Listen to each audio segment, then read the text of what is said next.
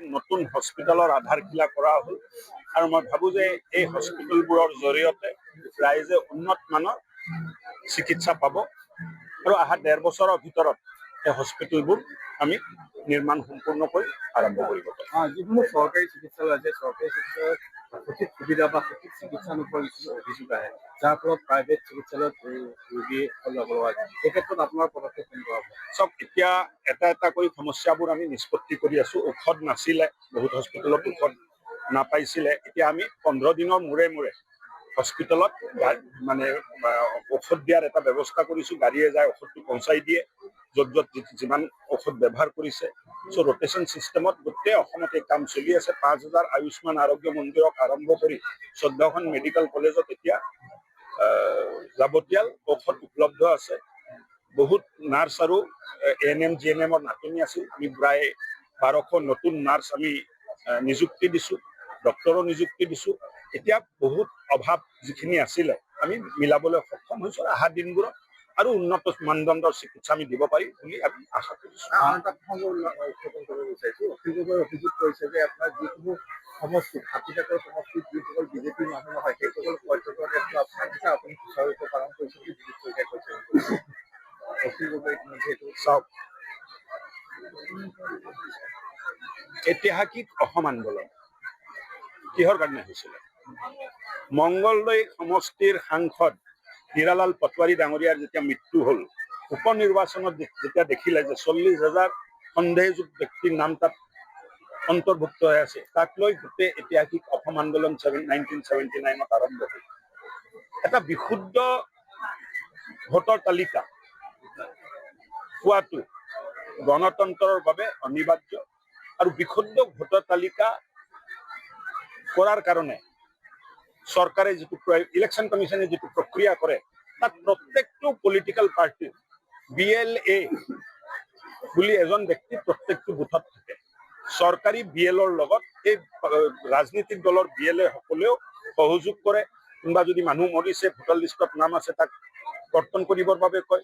কোনোবাই যদি এই স্থানৰ পৰা আন জেগাত গুচি গৈছে, তেখেতৰ নাম মানে কৰ্তন কৰিব কয়। নতুনকে বিয়া হৈ অহা বা এই জেগাত নতুনকে আহি সেটেল কৰা মানুহৰ ভোট ট্ৰান্সফাৰৰ কথা কয়। কিন্তু কোনোবাই নতুনকে আহি ভোট অন্তৰ্ভুক্ত কৰিছে, বয়স 25 বছৰ, মানে 7 বছৰ কিয় ভোট অন্তৰ্ভুক্ত হোৱা নাছিল? মানুহজন ক'ৰ পৰা আহিলে? ক'ৰ পৰা আহিলেতো ভোট ট্ৰান্সফাৰ হৈ আহিব লাগিব। মই যদি কালি ৰহা সমষ্টিত আহোঁ, ঢেকীয়াজুলি সমষ্টিত আমাৰ ভোট ট্ৰান্সফাৰ কৰি আনিব লাগিব। মই নতুনকে আহি 55 বছৰ বয়সত যদি ইয়াত মানে ভোট নামটো অন্তৰ্ভুক্ত কৰোঁ, তেতিয়াতো সন্দেহ এটা উৎপন্ন হ'ব। তেতিয়াতো বিচাৰিব, BLA বিচাৰিব লাগে। BLA বিচাৰিব লাগে যে আগত আপুনি ক'ত আছিলে, ইয়াত যে নাম অন্তৰ্ভুক্ত কৰাব খুজিছে। সঠিক প্ৰমাণ পত্ৰ দিব নোৱাৰিলে এটা ইনকুৱাৰী হ'ব লাগে, তাক নটিচ কৰিব লাগে। এই গোটেই প্ৰক্ৰিয়া ইলেকশ্যন কমিশনৰ প্ৰক্ৰিয়া। ভোট কৰ্তন মই কৰিব নোৱাৰো। ভোট কৰ্তন কৰাৰ কাৰণে BLA নটিচ দিব লাগিব। নটিচ দিয়াৰ পিছত তাৰ শুনানি হ'ব 7 দিনৰ ভিতৰত, আৰু তাৰ পিছত BLA সিদ্ধান্ত মানে লৈ এই ইলেকশ্যন যিজন অফিচাৰ আছে, সমষ্টি ৱাইজ যে ইলেকশ্যন অফিচাৰ আছে, এৰিয়া ইলেকশ্যন অফিচাৰে তাৰ ওপৰত সিদ্ধান্ত লৈ নাম কৰ্তন হ'ব নে অন্তৰ্ভুক্ত হ'ব তাৰ ওপৰত সিদ্ধান্ত ল'ব। মই বিচাৰিলে নাম কাটিব পাৰিম বুলি। অখিল গগৈৰ কথাত ইমান গুৰুত্ব নিদিব। অখিল গগৈৰ চব কথাত গুৰুত্ব দিলে অসম মানে বেয়াৰ ফালে যাব। দেৱব্ৰত বৰাই এটা দেৱব্ৰত শইকীয়াই যে আপুনি অসম চুক্তিক উলংঘা কৰিছে, নস্যাৎ কৰিছে, তেখেতক আপুনি কেনেকৈ আপুনি উত্থাপন কৰিছে যে আপুনি হিন্দী বলৰ লগত আছে, কিন্তু আপুনি অসম চুক্তি যি অসম চুক্তিক নস্যাৎ কৰিছে। কেনেকৈ নস্যাৎ কৰিব? কি কৰিলো? কংগ্ৰেছৰ এটা কথা ঠিক যে মতিভ্ৰম ঘটিছে। যেতিয়া দেখিছে, এটা সময় আহিছিল যে কংগ্ৰেছ উৎসাহত আহিছিল যে আমাৰ চৰকাৰ হ'ব, চৰকাৰ হ'ব।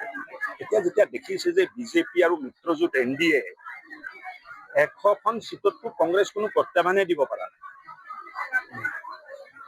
26টা চিটত তেখেতসকলে যুঁজ বাগৰ কৰি আছে। চৰকাৰ নহয় বুলি তৃণমূল পৰ্যায়ত কৰ্মীও এতিয়া গুমান পাইছে। কংগ্ৰেছ আছে, কিন্তু কংগ্ৰেছ চৰ চাপৰিত আছে। কংগ্ৰেছ অচিনাকি মানুহৰ মাজত আছে, আৰু তাতে কংগ্ৰেছ জিকিব। তাততো আমি নিজিকো, আমাক ভোট নিদিয়ে। আমি অসম চুক্তিৰ প্ৰত্যেকটো বাক্যক বাস্তৱ কৰাৰ কাৰণে কাম কৰি আছো। আৰু যোৱা 10 বছৰ ভাৰতীয় জনতা পাৰ্টীৰ চৰকাৰৰ দিনত অসম চুক্তিত প্ৰত্যেকটো ধাৰাত কেনেকে আমি কামত লগাব পাৰো, কামত আনিব পাৰো, কামৰ জৰিয়তে কেনেকে সম্পূৰ্ণ কৰিব পাৰো তাৰ বাবে ব্যৱস্থা লৈছে। মুখ্যমন্ত্ৰী ডাঙৰীয়াৰ নেতৃত্বত 1.5 লাখ বিঘাৰো বেছি মাটি বনাঞ্চল আজি বেদখল মুক্ত হৈছে। কংগ্ৰেছে মানুহখিনি পঢ়াইছিল। আমাৰ চৰকাৰৰ দিনতে জংগলবোৰ আমি খালী কৰিছো, আৰু জংগল খালী কৰাটো যদি অসম চুক্তিৰ বিৰোধিতা হয় তেতিয়াতো দেৱব্ৰত শইকীয়াই উত্তৰ দিব লাগিব। নিৰ্বাচনত আপোনালোকে কিমানখন আসন পাব বুলি আশা কৰিছে? তেনেকে ভৱিষ্যতবাণী কৰা ঠিক নহয়, কিন্তু অসমৰ ইতিহাসত এক ঐতিহাসিক ৰায়দান অসমৰ ৰাইজে ভাৰতীয় জনতা পাৰ্টি আৰু মিত্ৰজোঁটৰ সপক্ষে কৰিব বুলি আমি আশা কৰিছো। ৰহা সমষ্টিত শশীকান্তত আছে, টিকেট পাবনে নাই বা তেওঁ বিজেপি তেখেতে ভাল কাম কৰি আছে আৰু তেখেত টিকেট পোৱাৰ সম্ভাৱনা আছে, কিন্তু টিকেট পাবনে নাপায় এই সিদ্ধান্ত পাৰ্টিৰ সিদ্ধান্ত। পাৰ্টিৰ সভাপতিয়ে মুখ্যমন্ত্ৰীয়ে আলোচনা কৰি টিকেট ঘোষণা কৰিব, দিল্লীৰ লগত পৰামৰ্শ কৰিব, টিকেট ঘোষণা কৰিব।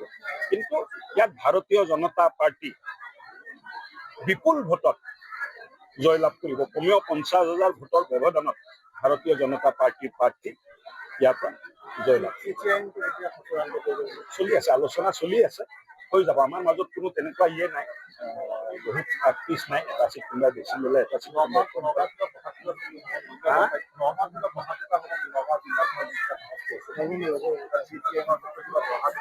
আলোচনা চলি আছে। এই মন্তব্যটো মিডিয়াৰ সন্মুখত আলোচনা চলি থাকোঁতে মই যদি ইয়াতে মন্তব্য কৰি দিওঁ তেতিয়া মিডিয়াৰ জৰিয়তে আলোচনা কৰি আছে বুলি কোৱা হ'ব।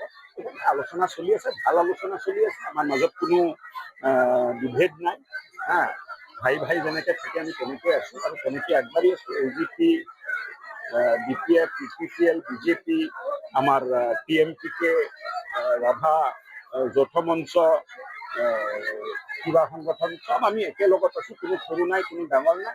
একেলগত থাকি অসম অসমী কেনেকে আগবাঢ়ি লৈ যাব পাৰে, কেনেকে বিকশিত আৰু সুৰক্ষিত অসম হ'ব পাৰে তাৰ বাবে চিন্তা